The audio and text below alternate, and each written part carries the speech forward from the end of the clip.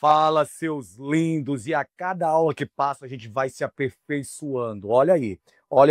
Aula de número 6, uma iluminação melhor ainda para vocês, um assunto maravilhoso. Mas eu preciso de antemão deixar bem claro para ti que todo esse projeto aqui depende de você. Você precisa curtir lá, você precisa dar um like lá, você precisa pedir que seus amigos divulguem nosso trabalho, porque toda essa continuidade depende de você. Então, por favor, compartilhe e vamos levar conhecimento para essa galera. Professor, semântica, aula 6.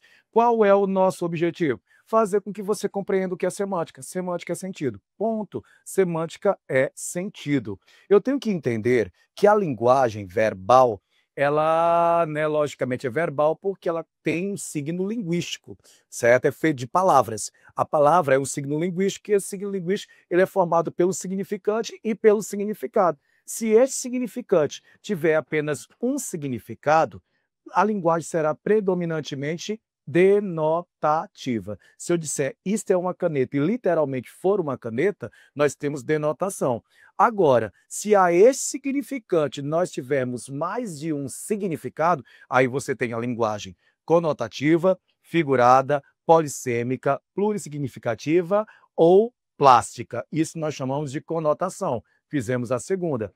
Elcio, e a polissemia? Tem um conceito que eu consigo fazer de cabeça. Mesma grafia, mesmo som, mesmo valor morfológico e os sentidos são diferentes. Entendamos, não se trata de palavras, é apenas uma palavra que, quando você muda de contexto, ela muda de sentido. Vamos lá, pensemos na palavra literatura. Literatura é um campo que existe dentro das linguagens. Só que muitas vezes a gente ouve falar literatura médica, literatura jurídica. Essa literatura é o escrito, então eu tenho palavras que têm a mesma grafia, o mesmo som, o mesmo valor morfológico e só os sentidos são diferentes. Quando eu falo valor morfológico, se é substantivo, adjetivo, pronome, numeral, artigo, verbo, conjunção, preposição, advérbio e interjeição. Então, o que é a polissemia? Isso costuma cair. Mesma grafia, mesmo som, mesmo valor morfológico, são as classes gramaticais, e só os sentidos diferentes. Não confundir com as homônimas perfeitas. O que é que acontece com as homônimas perfeitas? Nas homônimas perfeitas, você tem a mesma grafia, o mesmo som, mas valores morfológicos e sentidos diferentes. Olha esse exemplo bem aqui. É incrível a importância do dedo indicador. Dedo substantivo, indicador adjetivo. Um patrão faz assim com o indicador e 3.000 operários vão para a rua. Quando você faz isso, o indicador, aí ele já deixou de ser adjetivo e passou a ser substantivo. Veja que agora eu tenho a mesma grafia, o mesmo som, mas valores morfológicos e sentidos diferentes. Isso faz com que eu classifique este processo como uma homônima perfeita e não mais como uma polissemia. Se eu tenho as homônimas perfeitas, eu tenho as imperfeitas. O que são as homônimas imperfeitas? As homógrafas, que têm a mesma grafia, mas sons e significados, né, diferentes, e as homófonas, as mais perigosas, que são as homófonas, mesmo som, mas grafias e significados diferentes. Está aqui os exemplos, acabamos de passar. Parônimas, parecidas na grafia e parecidas no som, tipo ratificar, retificar. Sim.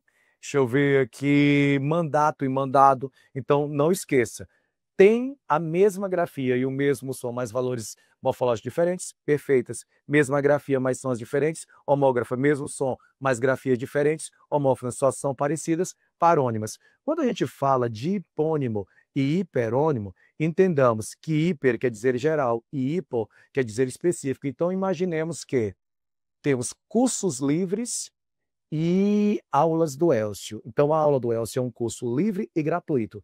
Então, vamos lá. O meu curso aqui entra no eixo de cursos livres. Então, o curso do Elcio é um dos tipos de cursos livres. Então, o curso livre é a visão mais geral, é o hiperônimo, e o curso do Elcio aqui seria, vamos melhorar instituição educacional e escola. Pronto, melhorou. Agora ficou um exemplo mais claro. Instituição, né, educacional é uma visão mais geral, a escola seria a visão mais específica. Temos o hiperônimo e o hipônimo. Não nos esqueçamos que tudo que está sendo discutido aqui são o que nós chamamos de recursos linguísticos. Isso não vai fazer de um texto literário, mas vai fazer com que você consiga potencializar não só a tua interpretação, mas como tua construção textual. Vamos para os sinônimos e antônimos. Sinônimos, equivalência semântica.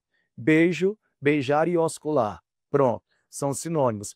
Professor, e os antônimos? Quando elas se encontram em pares opostos, alto e baixo, certo? Deixa eu ver aqui, feio e bonito, magro e gordo. Então você coloca em pares opostos. Importantíssimo, contiguidade. São palavras que, embora não sejam sinonímicas, mas estão no mesmo campo semântico. Se eu falar em cozinha, eu posso pensar em comida, eu posso pensar em mesa, eu posso pensar em cadeira, eu posso pensar em talheres, eu posso pensar em feijão, eu posso pensar em arroz. São palavras que, embora não sejam sinonímicas, estão no mesmo campo semântico. E aí, já passado alguns minutos, nós temos agora 5 questões, pouco mais de 4 minutos e um sonho. Vamos lá, a nossa meta aqui é atropelar.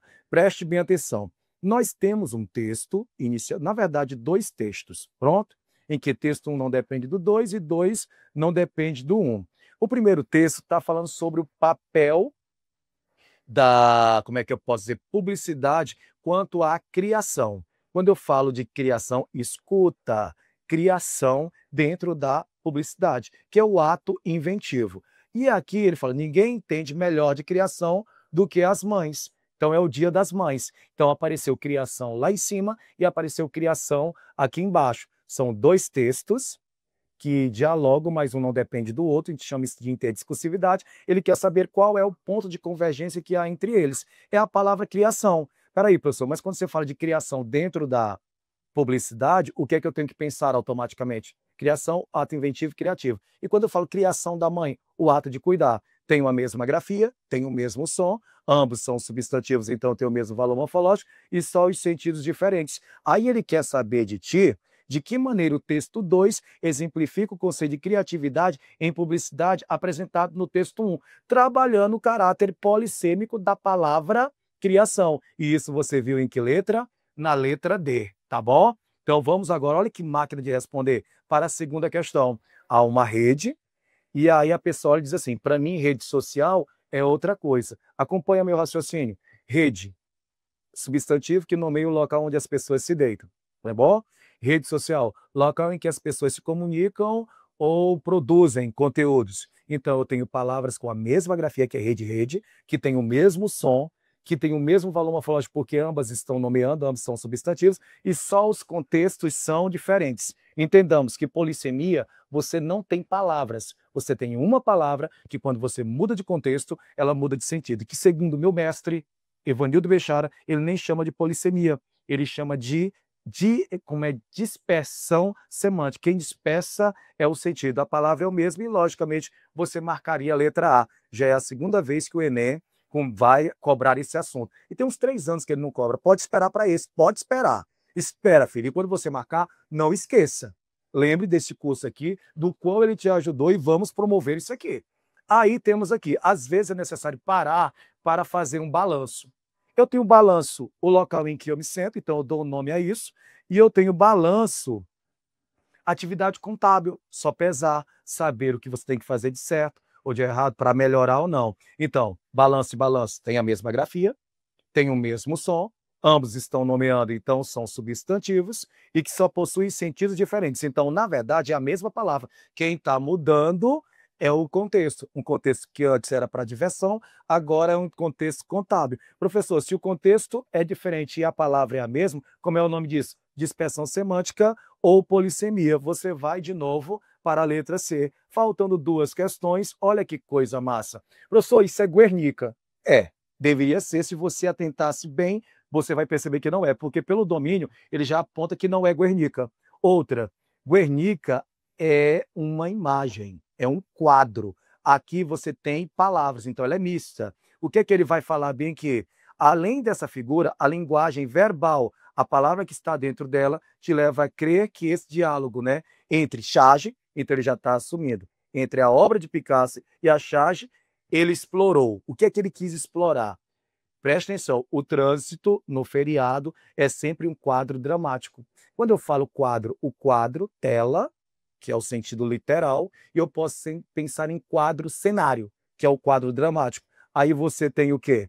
Mesma grafia, mesmo som, mesmo valor morfológico, porque quadro e cenário, quadro, tela são substantivos, e só os sentidos são diferentes. O que é que eu posso observar? A exploração do caráter polissêmico da expressão quadro dramático, gabarito, letra D. E para finalizar, câncer de mama, vamos tocar nesse assunto. E ela está fazendo o exame. O toque, eu tenho tocar no sentido de falar e tocar no sentido de tatear. Mesma grafia, mesmo som, mesmo valor morfológico e os sentidos são diferentes. Professor, isso é polissemia. Procurei o nome polissemia, não achei, mas vi que o verbo tocar apareceu e que ele preferiu trabalhar com a expressão duplo sentido. Então vamos procurar isso aqui em alguma alternativa.